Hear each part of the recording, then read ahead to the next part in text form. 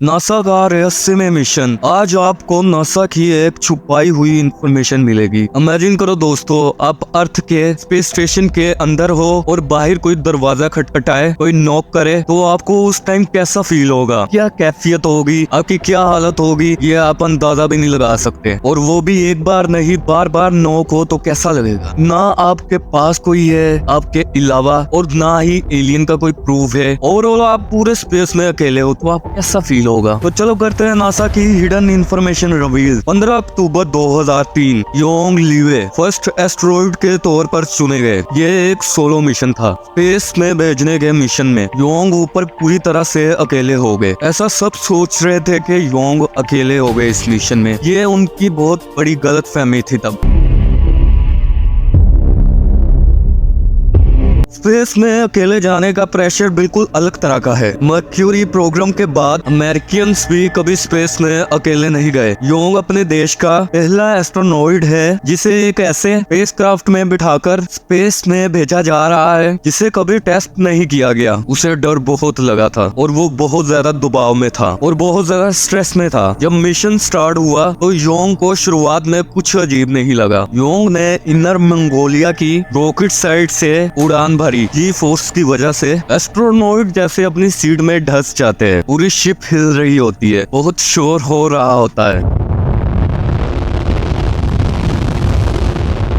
Launch के दरमियान जो एहसास होता है उसका अंदाजा लगाना भी मुश्किल है। पेट के अंदर एक अजीब सी मूवमेंट होती है। ऐसा लगता है जैसे बॉडी के अंदर कोई घुसकर बॉडी को पीट रहा है। आप उस पावर को फील कर सकते हैं लॉन्च के दरमियान। आँख कान सब कुछ पूरी तरह से चुकन्ने हो जाते हैं। पूरी बॉडी में एड्रेनलिन दौड़ता होता है और चीज के लिए तैयार रहते हैं। लगातार ट्रेनिंग याद आती है और फिर एस्ट्रोनॉइट्स को ब्लैक जोन्स में से गुजरना पड़ता है जिन्हें पार करते हुए अगर कोई प्रॉब्लम हुई तो कोई कुछ नहीं कर पाएगा। 10 मिनट बाद योंग अर्थ से 338 किलोमीटर ऊपर है, पूरी तरह से अकेले।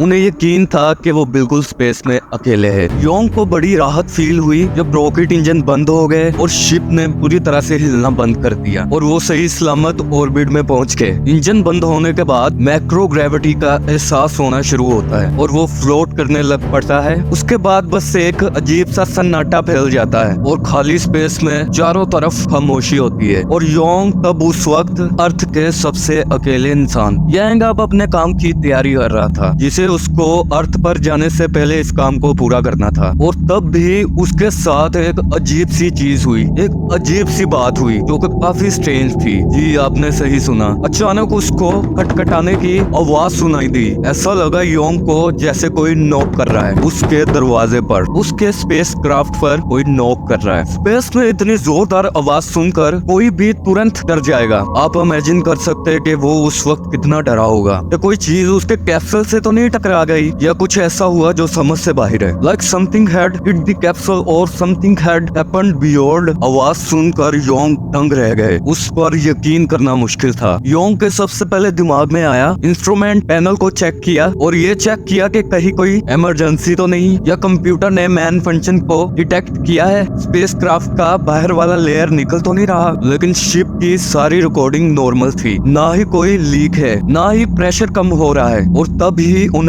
अचानक फिर से वही आवाज सुनाई दी। बाकी सारी चीजें और फंक्शन चेक करने के बाद और बाकी सारी थ्योरी नकारने के बाद उन्हें बेहद अजीब और डरावनी पॉसिबिलिटी का सामना करना पड़ रहा था। क्या बाहर कोई है जो अंदर आना चाहता है? कैप्सूल के बाहर का टेम्परेचर 235 डिग्री है और बाहर ऑक्सीजन भी नहीं है। कोई इंसान बिना सूट पहने अगर कैप्सूल से बाहर निकला तो त्वचा के अंदर गैस के बुलबुले बनने से उसकी बॉडी का आकार फूल कर दुगना हो जाएगा। हम बस एक ऐसे क्रीचर को जानते हैं जो इन हालात में जिंदा रह सकता है। एक छोटा सा अजीब जीव जिसका नाम है टार्डिग्रेड। टार्डिग्रेड एक्चुअली अपनी बॉडी में एंटीऑक्सीजन पैदा करते हैं जो ऑक्सीजन की कमी को जूझने में उनकी मदद करता है। लेकिन टार्डिग्रेड नॉक नहीं करते, दरवाजा नहीं खटखटाते, कम से कम वो नहीं जो अर्थ में पाए जाते हैं। योंग ने सोचा कि बाहर क्या होगा। उसने खिड़की से बाहर देखा, उसको बाहर कोई चेहरा नहीं नजर आया, ना ही कोई चीज नजर आई, कुछ नहीं दिखाई दिया उसको विंडो से। ये और भी उसको डरावनी बात लगी, बहुत स्केरी बात लगी उसको। क्या ये कोई इल्यूजन था? उसको लगा क्या ये उसके दिमाग का कोई वहम है, जिसे हम स्पेस मैडनेस कहते हैं, जो अक्सर एस्ट्रोनॉट्स के साथ होता है। तब योंग के दिमाग में अलग अलग तरह की बातें चल रही थी, लेकिन किसी भी बात का कोई भी मतलब नहीं निकल रहा था। ऐसी सिचुएशन में अगर आप अपने थॉट्स कंट्रोल ना कर सके तो दिमाग भटक जाता है। योंग के साथ आगे क्या हुआ हम यहाँ से कंटिन्यू करेंगे, लेकिन उसके साथ एक चीज और आपको बताने वाली है। 1976 में कॉस्मोनॉट्स बोरिस बोलिनोन और वेटलिन जोरोपोम सेल्यू 5 स्पेस स्टेशन पर 49 दिनों से रह रहे हैं। दोनों कॉस्मोनॉट्स ने कहा उन्हें स्टेशन पर अजीब सी स्मेल आ रही है और उन्हें डर था कि कहीं कोई प्रॉब्लम तो नहीं हुई। ये बात परेशान करने वाली थी। ग्राउंड कंट्रोल जानने की कोशिश कर रहा था कि क्या हो रहा है, क्या लाइफ सपोर्ट सिस्टम में कोई प्रॉब्लम तो नहीं हुई, क्या स्टेशन पर कोई केमिकल रिएक्शन हो रहा है या इलेक्ट्रॉनिक मशीन में खराबी है। इससे पहले के रोस्कोसमोस प्रॉब्लम का पता लगाए, वेटलिंग जोलोबोव्स की बेचैनी तेजी से बढ़ने लग पड़ी। मिशन अबॉर्ट किया गया, उधर ही खत्म कर दिया गया और कॉस्मोनॉट्स को वापस अर्थ में लाया गया। लेकिन जब इंजीनियर्स ने स्पेसक्राफ्ट की जांच की तो उन्हें कोई प्रॉब्लम नहीं मिली। स्पेसक्राफ्ट बिल्कुल ठीक था। फिर कुछ रिपोर्ट्स लीक हुई, उसमें लिखा था कि शायद स्पेस में रहने वाले कॉस्मोनॉट्स के दिमाग में असर हो सकता है। For example illusions, over thinking, lonely, depression and mind affected. और ये मान लिया गया कि वो अजीब सी गंध और कुछ नहीं बल्कि इन कॉस्मोनॉट्स के दिमाग का खेल था।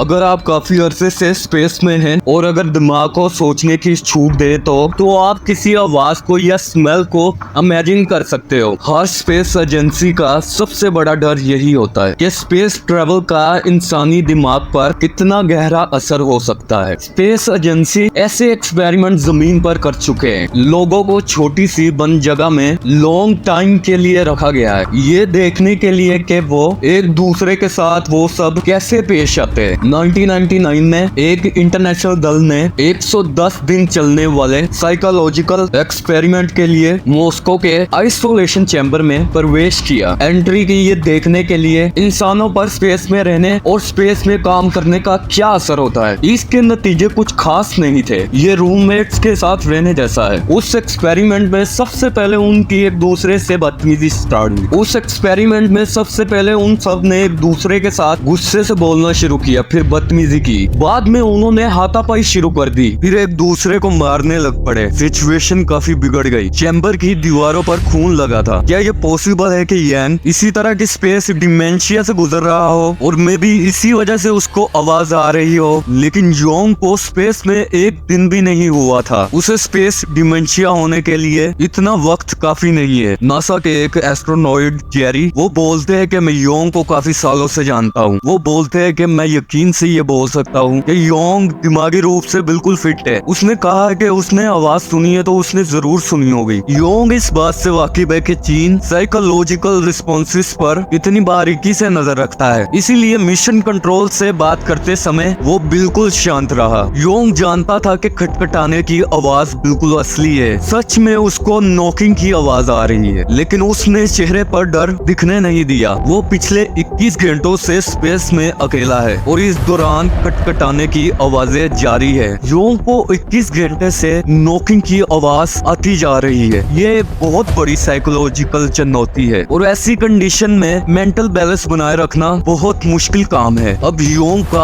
आखिरी टेस्ट था वापस लौटना। योंग अपनी शिप को अर्थ के एटमॉस्फेयर में वापस लाने की कोशिश करता है। 27,000 किलोमीटर पर हॉर्स से भी ज्यादा की रफ्तार से अर्थ के एटमॉस्फेयर में एंटर होता है। योंग इतनी तेज रफ्तार से जा रहा है कि बाहर की हवा आयोनाइज होने लगती है और इससे गर्म प्लाज्मा तैयार होता है और इस प्लाज्मा का टेम्परेचर 1000 डिग्री सेल्सियस होता है। और फिर पैराशूट खुलने के बाद उसके शिप की रफ्तार धीमी हुई। लैंडिंग रॉकेट शुरू हुए और राहत की बात यह कि उसका शिप इनर मंगोलिया के गोबी रेगिस्तान में सही सलामत उतर गया। योंग सोचता था कि लोग उसे पागल या मेंटली तौर से कमजोर समझेंगे, इसीलिए कैप्सूल से निकलने के बाद उसने उस आवाज के बारे में किसी से भी कुछ नहीं कहा जो उसको मिशन के दौरान स्पेस में उसकी शिप से खटखटाने की आवाज आई थी। उसने उतर कर किसी से भी नहीं बात की इस बारे में, लेकिन योंग खुद आवाज का राज जानने के लिए बेताब था। योंग ने सोचा था कि ये किसी तरह का थर्मल इफेक्ट होगा। अगर आपको थर्मल इफेक्ट का नहीं पता है तो मैं आपको क्लियर कर देता हूँ। थर्मल इफेक्ट वो होता है जब कोई स्पेसशिप अर्थ का चक्कर लगाती है तो उसकी बाहर की सतह को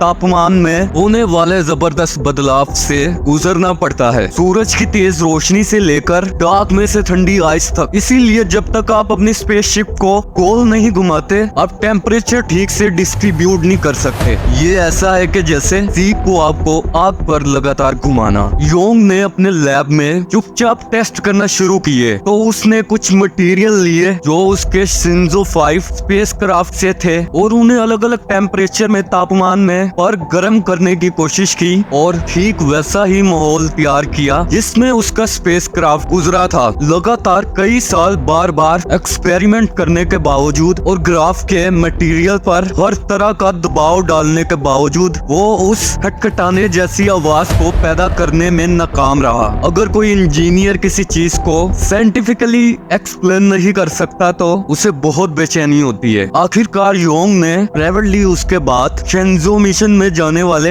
एस्ट्रोनॉट्स को उस आवाज के बारे में बताया। योंग को जवाब चाहिए था, इसलिए उसने स्पेस में जाने वाले दूसरे एस्ट्रोनॉट्स को इस आवाज के बारे में बताया। उनके जवाब सुनकर वो दंग रह गया। उन्हें भी वही आवाज सुनाई दी डोर लॉकिंग की, दरवाजा खटखटाने की। अब सवाल यह है कि सारे एस्ट्रोनॉट्स को यही आवाज क्यों सुनाई दी? वो आवाज किस चीज की थी? क्या वो आवाज उसी टाइप के स्पेसक्राफ्ट से आती है या बाहर कोई था जो शायद अंदर आने की कोशिश कर रहा था?